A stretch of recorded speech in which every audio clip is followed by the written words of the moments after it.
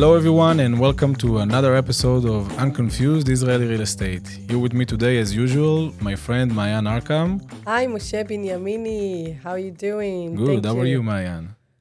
You know, summer in Israel, pretty hot. Yeah, it's crazy hot outside. 40 degrees, I think. Something like that, yeah.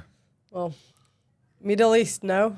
Yeah, but thank God we're here in the podcast studio with the AC on. So today we want to speak about renovations. A lot of people buying apartments in Israel, if it's an old apartment or new development apartments, and want to change everything, want to renovate their apartments, especially old apartments. And this will be our subject this episode. Maayan, what is the most important thing that a buyer needs to check or do before renovating his apartment? So first, I think you should have a list of ideas if you want to have the apartment for living or for investment, Airbnb. What is the use of the apartment and what are your needs? I think the most important thing is to find a designer or an architect that can have and do everything from A to Z. Mm-hmm. Because we're going to speak about the differences between second-hand apartment or if you buy a new apartment in a development. But if you do a second home apartment and you want to keep part of the walls and part of the apartment as is, you can cosmetically renovate it and you don't need to hire some architect or have some permits. But if you're going to change rooms in the apartment, or if you want to renovate the toilets and the kitchen and everything, you need someone to be on top of it. Not just that. I'm going to give you a golden tip now. Okay. You have to bring an inspection. Because if you don't live in Israel, and most of our clients live over the sea, someone has to be you. Someone have to represent your interest, understand your needs, understand the finishes you would like to have. And people are choosing the tiles and choosing the sofas, but they don't put their finger on the small and little detailed as who's going to open the doors or who's going to make sure that whatever you order did arrive. So this is the most important thing. To have a team, the architect or designer, and also inspection that will represent you from A to Z. Right. I think that connects with the general idea that what we both do is to have someone in Israel that inspect everything. Doesn't matter if it's specific for renovation or for buying a property or for renting a property. You should always have something that be your eyes and ears in Israel to check every little detail besides the professional people you choose, the lawyer or the broker or the property manager. So that's a great idea. That's good. That's a golden tip, like you said. And I think we should divide the subject to two different areas. First is a second home apartment, like we call it, old apartments when people buy, and new apartments. People should be aware that when they buy in an old apartment, what we call the second-hand apartment, so most of the times the infrastructures and systems of the apartment are very old and need to be changed. So doesn't mean that every time you need to change it, but it should be checked before, like you said, with an inspection. And this is something they should take in consideration before and put a budget for it. And this is something that you don't need to check with new apartments because obviously everything is new. And besides that, people should know that for every change you make in the apartment, if it's an outside wall or a window you need to open or an outside door, if it's a garden apartment, you need to have a permit from the municipality for doing that. You actually have to issue a permit. How does that work? Exactly. So you have to take an architect to get a permit for it. It's because the current permit of the building or for the apartment tells you exactly how the apartment look like with the blueprint of it, where every window is located, where is every door located, the size even of windows. Exactly. So you can't add any apartment space on, let's say, on balcony or on rooftops or on gardens that attach to apartment without a permit. And what about building rights and if you want to add another room on top or to use an open balcony as a room, you also need a permit? Yeah, absolutely. For every internal change, if you just want to break down walls in the apartment, you can do that, and unless it's a unless it's a supporting wall.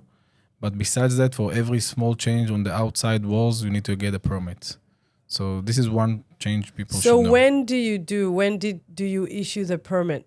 Before When you buy the apartment, after you buy it? After you buy it, because once you buy it, you're still not the registered owner, unless you get a power of attorney from the current owner, That from no the one seller. will give it to you. Yeah, I mean, it happened to me a couple of times when the seller gave a power of attorney to the buyer to make some changes and to file a permit for a few small changes. But usually people won't agree to that until they get all the money and the transaction is finished. And how long this permit takes? Because we know Israeli bureaucracy is taking so long. Right, So. we're talking about a few months. It depends on in each municipality have their own schedule and depends on the change itself you request to do. So usually it takes a few months for each change and each permit you're asking. And what about new apartments? You buy an apartment, it's a new project, and you want to make change. So should you make the change before you buy it? Does the contractor let you do that? How does that work? So that's a great question. This is something you should ask before you sign the contract and buy the apartment, because every change you want to make, you need to talk to the developer in advance to see what he's willing to do. Obviously, if it's only internal changes, it's more flexible. If it's something that needs to be changed with the permit he gets or will get in the future, it will be more difficult for him to apply for that. But everything before signing the contract will be much easier, and you can agree on it with the developer and without even adding any additional payments. So meaning I see an apartment, I see the blueprint and I like the apartment. It's going to be ready in 4 years.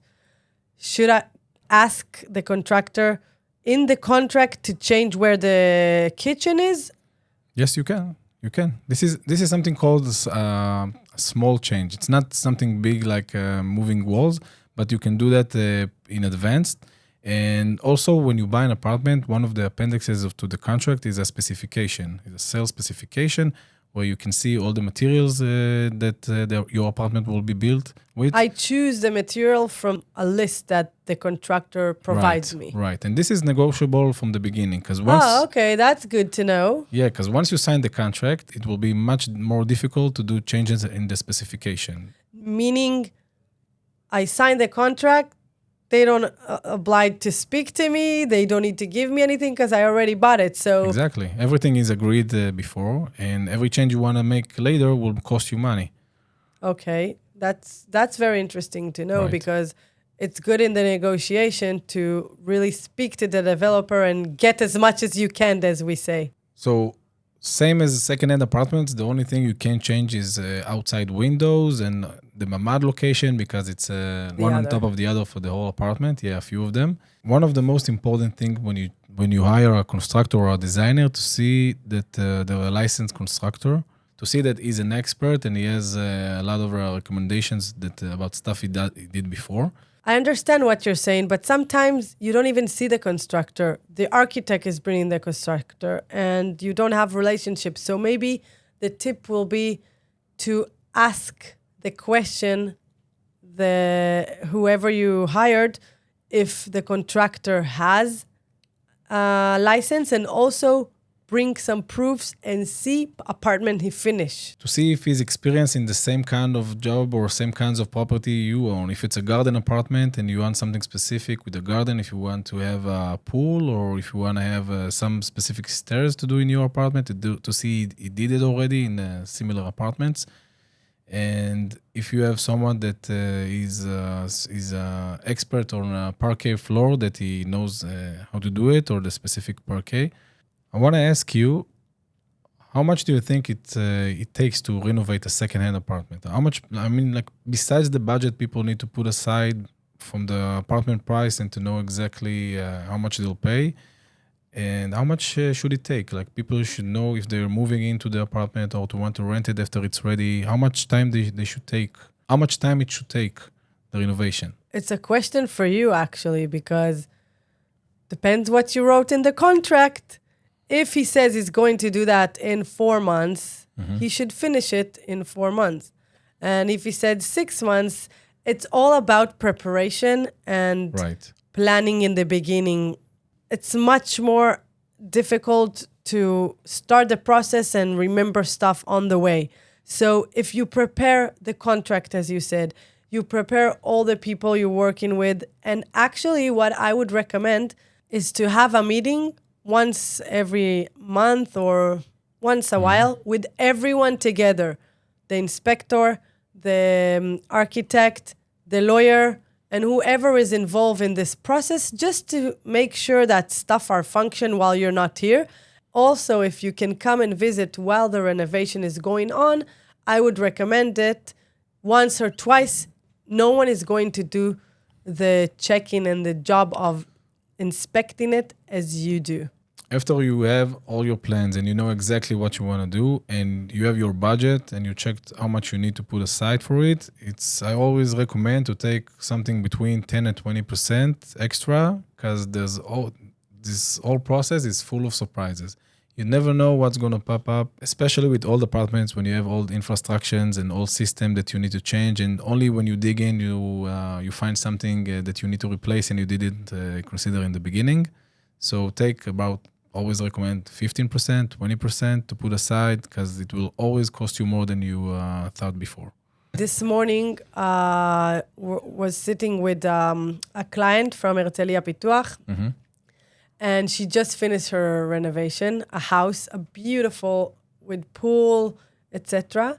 And I asked her, can you give me one tip to tell everyone on my podcast, and something that you had to do? So she said the most important thing is to find the right people. No matter how many people you're going to interview, when you meet him, even if his price is higher, if you like the job that he did and and the chemistry is nice and the communication is good, and he takes care of A to Z, and you know that if you're not around or something happened and he or she needs to make a decision at the spot, she will make the best decision for you. You should choose him. With people you hire, eventually, never choose the cheapest one you get. Never take the cheapest offer you got, because eventually the cheap comes out expensive and people need to add more money. So if we summarize what we were talking about this episode, when you renovate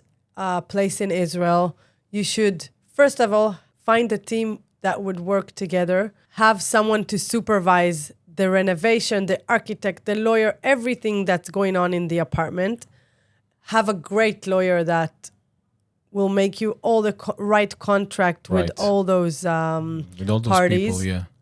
Prepare the budget for unexpected expenses, and also prepare everything in advance. Understand as much as you can. You can never prepare for everything, but as much as you can, and make a plan. Yeah, make a plan, and once you get the right people, they will make that plan for you. The designer, the constructor, the supervisor, your lawyer, your broker. Take the right people.